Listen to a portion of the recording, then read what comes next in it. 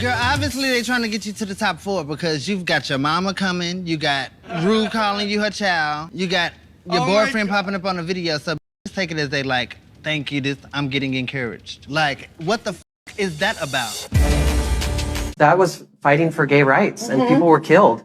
Nobody was killed at Stonewall. Nobody was killed. We all know Drag Race is a pressure cooker, so sometimes queens end up reaching their breaking points, which can manifest anywhere from loud arguments to quiet and reserved moves. That's just a part of what makes Drag Race compelling to watch. So today, we're going to be looking at the times queens reach their breaking point. There's so many different ones across several different franchises, so it was super fun putting this video together. But before we start, there are 2 types of tasks in life. Tasks you do immediately and tasks that live in your brain for months. Booking a doctor's appointment, for some reason, always ends up being procrastinated for forever. It's not that I don't want to go, it's that the process feels unnecessarily complicated. Suddenly, the tiny responsible decision turns into a whole production. ZocDoc is a free app and website where you can find and book high-quality in-network doctors. There are over 150,000 providers across all 50 states. You can search by specialty, dermatology, dentistry, primary care, eye care, or even by symptoms if you're not exactly sure what you need. There are more than 200 specialists on there, so you're not limited to just the basics. The biggest thing for me is seeing real-time availability. You open the app, choose a doctor, and you can see actual open time slots. That alone removes so much hassle. You can also read thousands of verified patient reviews, which I always check. It gives you a sense of who the doctor actually is, whether they're thorough, clear, efficient, good at listening. That makes it feel intentional instead of random. And you can choose what works for you. In-person visits or video appointments. Most appointments made through ZocDoc happen within 24 to 72 hours, and you can even find same-day appointments. Stop putting off those doctor's appointments and go to ZocDoc.com/GreenGay to find and instantly book a top-rated doctor today. That's ZocDoc.com/GreenGay. And you'll be supporting the channel in the process. Now, let's begin. First off, Laganja Estrange's breakdown from season 6 Untucked. When you think of a meltdown, this is one of the first that come to mind. Laganja has explained in the years since this was filmed that during her time in the competition, she was dealing with very extreme anxiety issues, and given that they didn't allow her to smoke her green flowers, she was going through withdrawal. That only heightened the emotional swing she would end up having to experience. That being said, it resulted in one of the most iconic moments in Untucked's history, and a monologue that to this day, many remember word for word. I want to make it that everybody was attacking you. I feel very attacked. Relax, relax. Whatever, at the end of the day, I'm probably gonna lip sync and they're gonna send my ass home and you can all have a good time and laugh about it. This is just too much. You broke me down, I feel like I look stupid. I'd like to leave, I'd love to leave. Y'all get my nail that fell off because I'm such a disaster. I don't want to. Yara Sofia gives up halfway through the lip sync on season 3. If you aren't a mega fan of the franchise, then you might have forgotten what's both one of the saddest, yet also most disturbing examples of a contestant mentally cracking from the amount of pressure caused by the competition. Season 3 was one of the most difficult seasons to be a part of, especially with the amount of high demanding sewing/design challenges. And by the time Yara Sofia was placed in the bottom 2 alongside Alexis Mateo, there was just 4 queens left. The next episode being the grand finale. Despite this, halfway through the performance, Yara reaches her breaking point and begins crying her heart out as the music keeps on playing, and ultimately would go on to be eliminated because of it.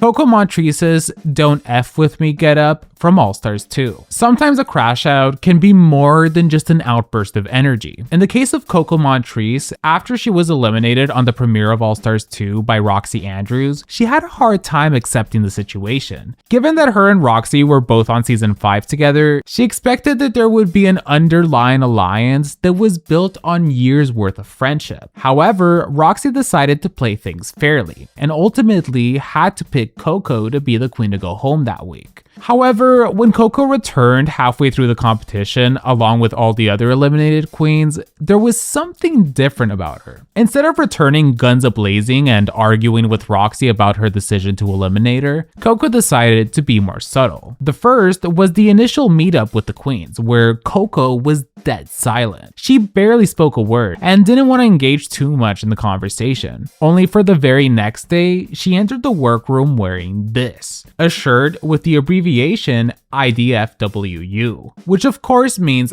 I don't fuck with you. Even more than that, when it was Coco's turn to choose her partner for the comedy challenge, and the two last options were Fifi O'Hara and Roxy Andrews, Coco decided to cement her fate that week by choosing Fifi over Roxy, because she was still holding that grudge against Roxy. It's one of those moments that show how a crash out can be transformed into something even greater. Alexis Mateo tells everyone off for making fun of her accent from All Stars 1. I think to this day, anybody that's actually watched All Stars 1 agrees that one of the weirdest storylines was how so many of the other queens in the cast would make fun of Alexis Mateo and Yara Sofia for their Puerto Rican accents, with contestants like Latrice Royale saying that they'd like to see Alexis and Yara go home next because she doesn't understand a word of what they're saying. Which is crazy because as someone that has a lot of Latino family members, just because someone has a thick accent doesn't mean that it's impossible to understand what they're saying. Yeah, sure, maybe there are some people whose accents are harder to understand if you aren't paying attention, but in the case of Yara and Alexis, it was obvious that it was just a cheap attempt at a dig over something that they had no control over. Ultimately, it resulted in Alexis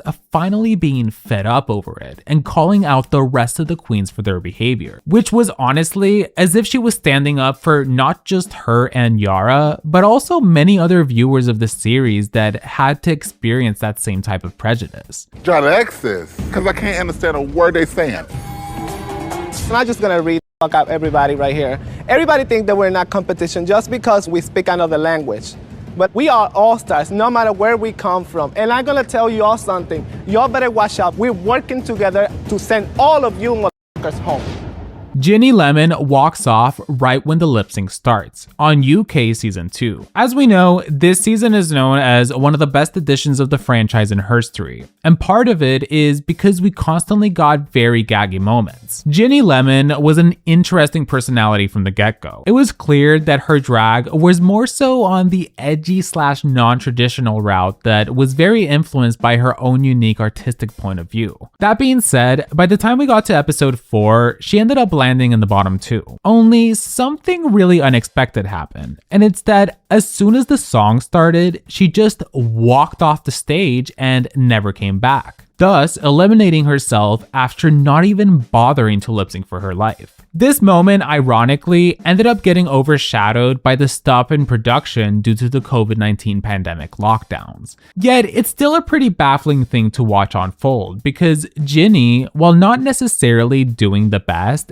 didn't really seem to be mistreated by the judges or production. So to see her essentially not only give up, but also sort of take a jab at Rue and the rest of the show by storming off the stage and not participating in one of the most anticipated parts of every episode, which is the lip sync for your life. Ultimately, it's a crash out that for sure deserves to be on this list. Art Simone, It Means Nothing on Down Under Season 1. The era of Drag Race exploding internationally provided us with a glimpse of what drag culture outside of the United States was like. For Down Under Season 1, it was the first time that Australian and New Zealand drag was being put to the forefront of the mainstream drag platform that was RuPaul's Drag Race. With that, we got to see Art Simone, who was a queen that was among the most established in the drag communities of Australia. So she was a pretty highly demanded name once it became a reality that Ru would be flying in to film the new franchise. Unfortunately though, by episode 2, Art Simone landed in the bottom 2 and was ultimately eliminated from the competition.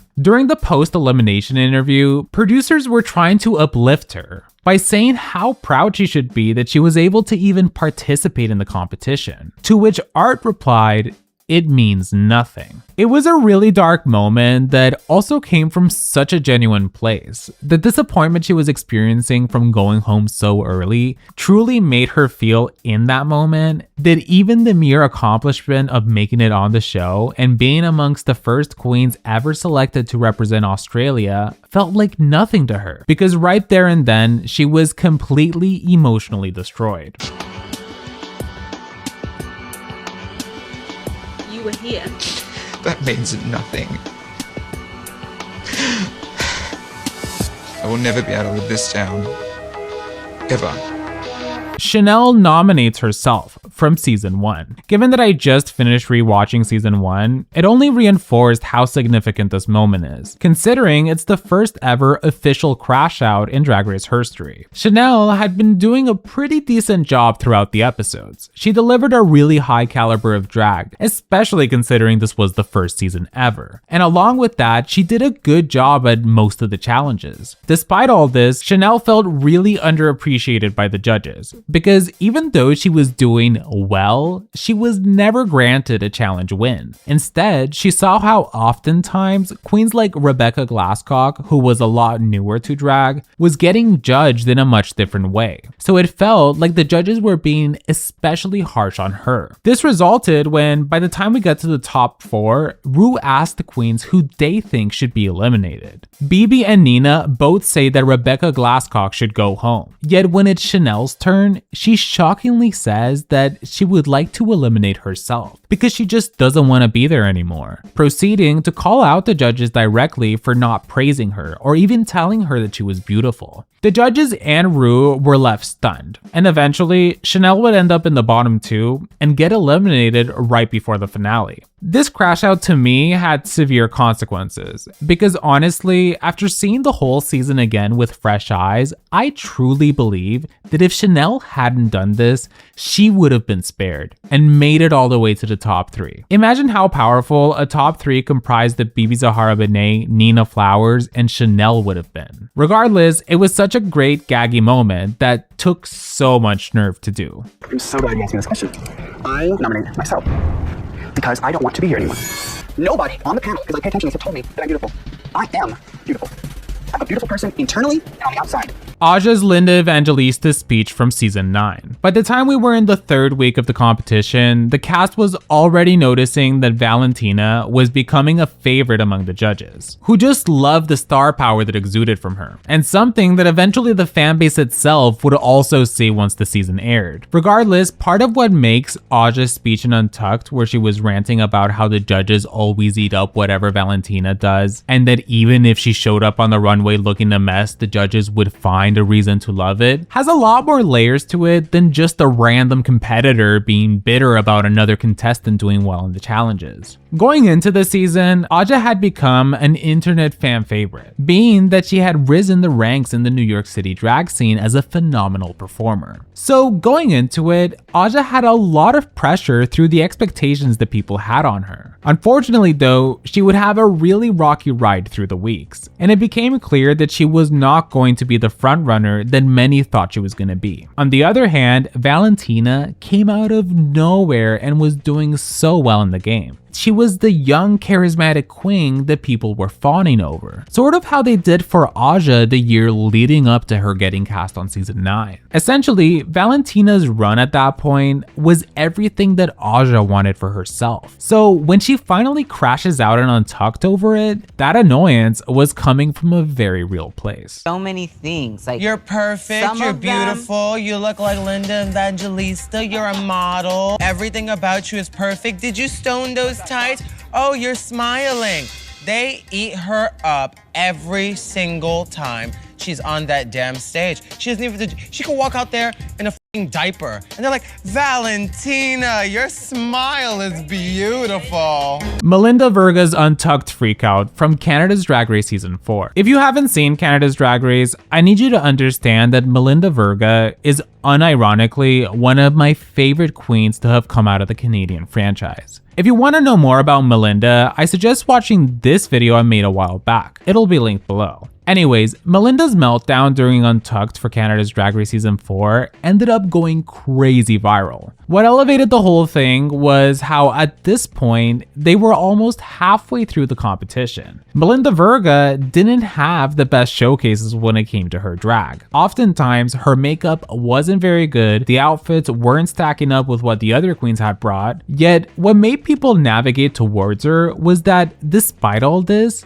she had a self-confidence about herself that would sometimes feel slightly delusional, but in a good way. Because yeah, maybe objectively some of the looks she displayed weren't very polished, but to her, everything she did at any moment of the challenge was sheer perfection. It came from such a genuine place that it made it hard for you not to just live for her. So this meltdown she has not only shows us exactly what she was feeling in that moment, it also serves as such good entertainment. In a competition that heavily relies on the reality TV aspect and personas that the queens bring to the series, Melinda had become the most engaging personality out of everyone in the room. I mean, even the best queens in this cast didn't really have that bubbly of a personality. So in this moment, Melinda would become the heartbeat of the season, and to this day is one of my favorite things to have transpired. Why should I save you? I don't think you should save me. Wait, girl, what? For me to be used week after week after week after week as a punching bag for not presenting looks that are runway worthy. Who? My efforts are just never going to be enough. Oh, girl. This is Vivienne Westwood inspired. Dahlia Sin walks off without an exit line on season 12. Going into the competition, Dahlia Sin came in as the drag daughter of Aja. So she had a legendary background when it came to her connections in the drag scene. That being said, whereas Aja came in with a strong personality, Dahlia was the opposite. She was a lot softer, didn't really stand out that much, and ultimately, after the split premiere, she would end up being the first queen eliminated of the season. Noticeably, she clearly was upset about this outcome, so when Rue officially tells her to sashay away, Dahlia storms off the stage without saying a word. Sashay away. We love you, Dahlia. Scarlett Harlot on UK Season 3. When they were halfway through the competition, Scarlett Harlot wasn't getting along that well with the rest of the queens in the cast, and was taking it very personal that so many of them wanted to see her go home next. This resulted in her getting fed up, and she just got up from the couch and walked off the set of Untucked. She did eventually come back, but it was a classic dramatic moment that reminded me of when Laganja walked off set on Season 6. Denali walks off the main stage after losing the lip sync to Ginger Minj on All Stars 10. This is probably the only crash out on the list that we don't actually have the footage for. However, as it's been discussed in interviews, during All Stars 10 Bracket 3 Week 2, the top two was comprised of Ginger Minj and Denali, who would lip sync to See You Again by Miley Cyrus. This was a really controversial lip sync because the fan consensus was that Denali had done a better performance, so it was unfair that Ginger was announced as the winner instead. What we didn't see is that after Denali found out she lost the lip sync, she was over it. And when Rue told the queens to dance as they do at the end of every episode, Denali just stormed off the main stage right away, which is why we don't see her dancing with the rest of the queens. Apparently Rue was pretty pissed off at this, but honestly, I wish they had included it in the final edit and made a storyline out of it, cause it would have been such a good moment that came from a place of truth. Like, Denali was pissed, and she was no longer trying to hide it. Ariete on Season 17. There's a lot of queens that had a rough run on this season, but Ariete's was on a whole nother level. We got to see her crash out several times over the course of her time in the competition. Whether it was arguing with Queens in Untucked or stealing Jewel Sparkle's jokes during the Roast Challenge, only for her to still flop and lose the lip sync to Jules anyway. What made it worse was that she decided to make her mirror message a petty insult at Anya Nerve by calling out her bad breath that's caused by a medical condition she has. This was probably the nail in the coffin for her public reception, and also a very ballsy move to do from a contestant point of view. As one smelly bitch to another, Anya, please brush your teeth. Siam Pussy from Slajin Royale. There's moments every couple seasons when something happens, and no matter how many times you rewatch the episode, it still makes no sense. Siam Pussy had a hard time integrating with the rest of the cast of Slajin Royale. She was the lone representative for Thailand, and even on her original season, she didn't have the easiest time getting along with the rest of the cast. That being said, halfway through the season, after the judges were saying that Siam was starting to blend into the background, she decided to assert her dominance by going into this super long rant where she was yelling at everyone to watch out because she had finally arrived, resulting in one of the most awkward yet captivating moments of the year. I'm gonna clear the energy around me, and I feel like last week I kind of like clear all the energy out and ready for new Siam arrive again. Right, I'm gonna stand up for myself and I'm gonna get the crowd. I believe I can do it. No matter what happened, I would do it until I die, and then if I die, I would do it again and again to get this crowd. You ready for me? Because I'm so ready, girl. Because I'm willing to do anything because I want to be the crowd. That is Siam Pussy. I'm ready to win. That is me. New me. I'm happy to be new me!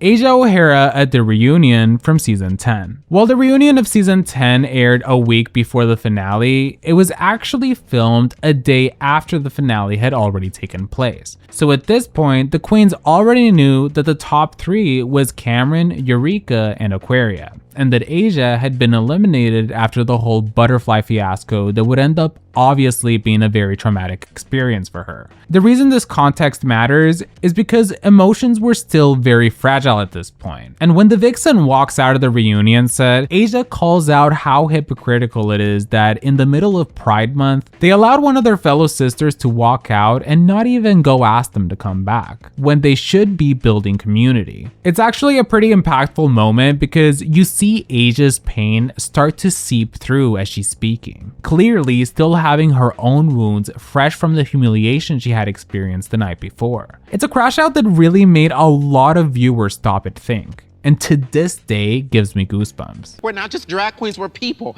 and now we've got one of our people outside. Here we are filming during Pride season, and we let one of our sisters walk out the room because nobody wanted to help her. And we're the first people, we are the first people to say that people aren't treating us right. Mistress breaks the fourth wall on All Stars 10. After the queens made the merge, we finally had our top 9. Mistress, though, had a very harsh start, when for the Snatch game, she ended up in the bottom 2 alongside Cynthia Lee Fontaine. While at the same time, Ginger Minj was announced as the winner of the episode. While Mistress did win her lip sync and got to stay, by the time they returned to the workroom, you could see that she was super over it. Instead of crashing out by yelling and complaining, she went the route of breaking the fourth wall by congratulating Ginger for doing such a good job and that she hopes she ends up winning the whole thing. It was basically her calling out the production of the show itself, as already having decided that they wanted Ginger to take the crown, and were slowly setting up everything to lead in that direction. It was a pretty engaging moment to see transpire on camera, because we saw how the production of this series had finally gotten Mistress to crack. Only instead of crying and complaining loudly, she went the route of being quiet and reserved and passive-aggressive with responses. Being next to you, you were amazing and you really did deserve it. It was like that really actually sickening. really means a lot coming from you, so thank you. I hope you win the whole thing. You're amazing. Inti quits Drag Race Spain Season 1. During the very first edition of Spain's Drag Race, by episode 3, there was already drama. One of the contestants named Inti felt that she was not being appreciated by the judges. So, after critiques happened and it was clear that she was gonna be in the bottom, while in Untucked, Inti decided to start de-dragging and straight up quits on the spot. It went as far as the host, Supreme Deluxe, having to go into the workroom herself to talk to Inti and try to get her to stay. But Inti's mind had already been made up by that point, and so Inti would become the first queen in Spain's franchise to quit on the spot. Davima Nurmi refuses to lip sync, Drag Race Spain Season 1. Coming from the same season as Inti, Davima Nurmi was a polarizing character. Not only did people think she should have gone home on the first episode, but narrowly escaped her fate because of the Macarena's rocky lip sync, Davima had a close friendship with Sagittaria. The two of them had a little history behind them prior to filming, and knew each other for several years, even having lived together. So we were now in the top 5 queens of the season, and the bottom 2 was Davima Nurmi against her dear friend Sagittaria. But suddenly, when the lip sync starts, Davima just refuses to lip sync. The song goes on and Sagittaria is doing her job while also trying to get Davima to perform. And we see the judges and queens in the back trying to encourage Davima to perform instead of just standing there doing nothing. Weirdly enough, this whole exchange was edited as an emotional conclusion to Davima's storyline, but in the moment, it sort of just felt that she was pissed at production and was crashing out by not bothering to even move her mouth to the words of the song, which many fans felt was bratty. Lucy LaDuca's elimination on season 15. Throughout her run in the competition, Lucy got what's been popularized as the delusional edit, where no matter what she said, the other queens in the room were always shown sort of laughing at Lucy, believing that she wasn't actually as good as she was hyping herself up to be. Lucy was an excellent competitor, yet at the same time was hiding parts of her personality that I think so many viewers would have appreciated had she not tried to filter herself so much. For example, when we get to the top 5 of the season and Lucy ends up losing the lip sync to Luxe Noir London, Lucy was pissed. She felt that she had done an excellent job up until that point. And not only did she lose, but she lost against the other queen who just the week prior had made her the butt of the joke for not having a quote unique quality according to Luxe. What Lucy's elimination caused was for her to completely drop any filter she had left, and proceeded to read the entire cast to filth by saying how Mistress's makeover wasn't good, and overall just not being impressed by the results of her being eliminated. It was like finally she was truly just being genuine when it came to what she thought about the competition. I feel a little slighted. I've always delivered. I shouldn't have been in the bottom of this challenge. I executed everything. Mistress put her girl in a stretch dress. Raja O'Hare versus Plastique Tiara on season 11. As someone that was a fan of Raja from her very first run on the show, the confrontation that happens between her and Plastique Tiara in Untucked was the cherry on top to her whole trajectory. By this point, they were halfway through the competition, and Raja clearly was not doing that well, having landed in the bottom several times, and even this last week, the judges didn't like her sewing/design outfits. On the other hand, Plastique Tiara had everything. She got her drag mother Alyssa Edwards visiting the set to choreograph the girls. RuPaul came into the workroom to give Plastique a hug. She was clearly about to win the challenge. And then, in Untucked, was getting a message from her family back home. All of this while Raja was having a really rough go at things, and receiving even one of the words of encouragement that Plastique got all week would have made a big difference. Ultimately, it's in this moment that Raja takes her gloves off and just goes all out in calling out the fact that it was obvious that production loved Plastique and wanted to set her up to make it all the way to the top 4. Along with that, she called out the inconsistency and the sob story that Plastique was telling Ru in the workroom about her family not understanding her, only for her boyfriend to say in the video message for Untucked that all her family is supporting her back home. It was just a classic Raja moment where she said what everyone was thinking out loud. Girl, obviously they trying to get you to the top 4 because you've got your mama coming, you got Ru calling you her child, you got your boyfriend popping up on the video, so bitch, just take it as they like, thank you, I'm getting encouraged. Like, what the is that about? Candy Muse versus Tamisha Iman on season 13. This fight needs no explanation. When two queens who know how to argue come face to face with each other, we're left with a conflict that just keeps getting more elevated with every exchange that happens. I feel like this was one of the first time in years that two queens were going head to head, clearly being super pissed off and potentially about to get physical at any moment. What's more is that this would get Untucked its first and only Emmy to this day. Sagittaria tries to quit Spain All-Star Season 1. The funniest part about this situation was that Sagittaria at this point was over it. She didn't like the drag Setlas, the frontrunner of the competition, was getting so much praise from the judges that in her mind was based on a huge bias towards her. So Sagittaria decided that after it became clear that yet again she was going to be put up for elimination, she told Supreme Deluxe that she no longer wanted to compete anymore. To which Supreme quickly shut down and pretty much said, listen, you're gonna go back into the workroom to film Untucked and you'll come back and get through this elimination. She didn't exactly say that, but that's pretty much what she said. And then Sagittaria just complied. It was like seeing someone rile up the courage to be like, I'm gonna make this moment about me and quit before they can send me home, only for the host to humble you and you're just like, oh, never mind. And yes, she did end up going home that episode, but to this day, I did find the whole exchange so entertaining. Gracias. Gracias. Gracias. Me gustaría decir una cosa. Sí. Me voy yo. Sagi, no depende de ti. La decisión depende de tus compañeras hoy. Podéis ir al backstage. Muchísimas gracias.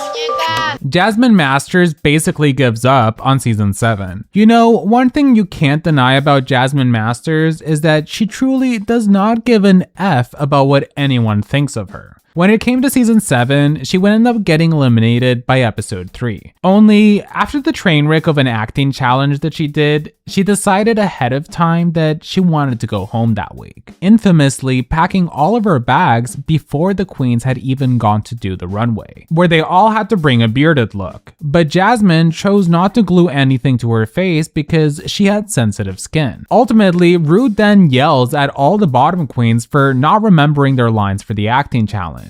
And by the time Jasmine lip syncs against Kennedy Davenport, what we didn't see was that for the entire first minute of the song, Jasmine was not moving from her spot. It's only after the first minute that she decides to put a little bit of a fight out of respect for Kennedy, who had convinced her prior to going on the main stage to actually at least lip sync the words of the song, because Jasmine was planning to stand there and not move her lips at all. Regardless, there's nothing Jasmine could ever do that would make me hate her. But the whole crash out and her essentially giving up on her run so early on is a highlight of season 7 to this day. Candy Muse yells at producers on the All Stars 8 finale. This is the second thing listed on this video that we actually don't have any footage of. But basically, on the All Stars 8 finale, the crown came down between Jimbo and Candy Muse. However, right when they were about to go on the main stage to lip sync for the crown, production told them that they had changed the song to Milkshakes by Khalees, which immediately sent Candy into a rage because it was clear that they were trying to favor the lip sync for Jimbo. This resulted in Candy saying that she wasn't going to film the rest of the season and demanded production allow her to call her mom. Inevitably, producers caved in and decided to keep the original song that they planned on doing for the top 2 lip sync. But oh my god, I wish we could have gotten to see Candy's freak out. Heidi in Closet quits All Stars 8. This season had a lot of dark moments, but one of the first was Heidi in Closet not being impressed by the way the judging was headed. It started as early as episode 3, when during the ball challenge, as soon as Heidi was among the queens announced as safe, by the time she got to Untucked, she started voicing how she basically wanted to quit the show because the judges didn't place her in the top of the episode. Ultimately, this led to a couple weeks later, she ended up quitting after doing terrible at Snatch Game. And seeing that nobody backed her up when Candy confronted her about telling Jimbo that Candy was conspiring against her, Heidi ended up crashing out by quitting on the spot. And something tells me that it wasn't caused by the whole Candy situation, since it was clear that she was over it since episode 3. Pangina Keel's elimination on UK vs. the World season 1. This is one of the hardest things to watch when it comes to heartbreaking exits. Pangina had made Herstory representing Thailand on the global stage with UK vs. the World season 1. She managed to be in the top 2 for 2 episodes within the first 3 weeks. But by episode 4, she'd end up falling victim to Blue Hydrangea's strategic move when Blue decided to choose Pangina as the queen to go home, getting rid of the front runner by a long shot, all in one go. What followed was Pangina breaking down in tears, with queens hearing her cries well after she had stepped off the stage. I want to say sorry to all the Thai people that I did not go all the way. หนูขอโทษครับหนูขอโทษขอบคุณค่ะ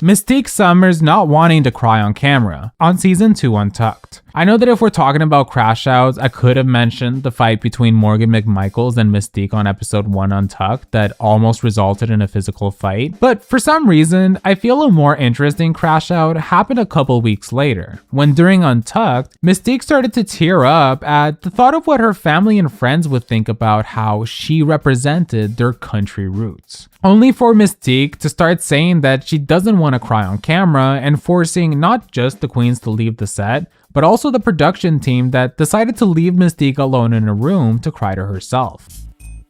And I'm gonna cry. I don't want this tape, please, no. I do not. Are you listening to me? I do not want this tape to be crying.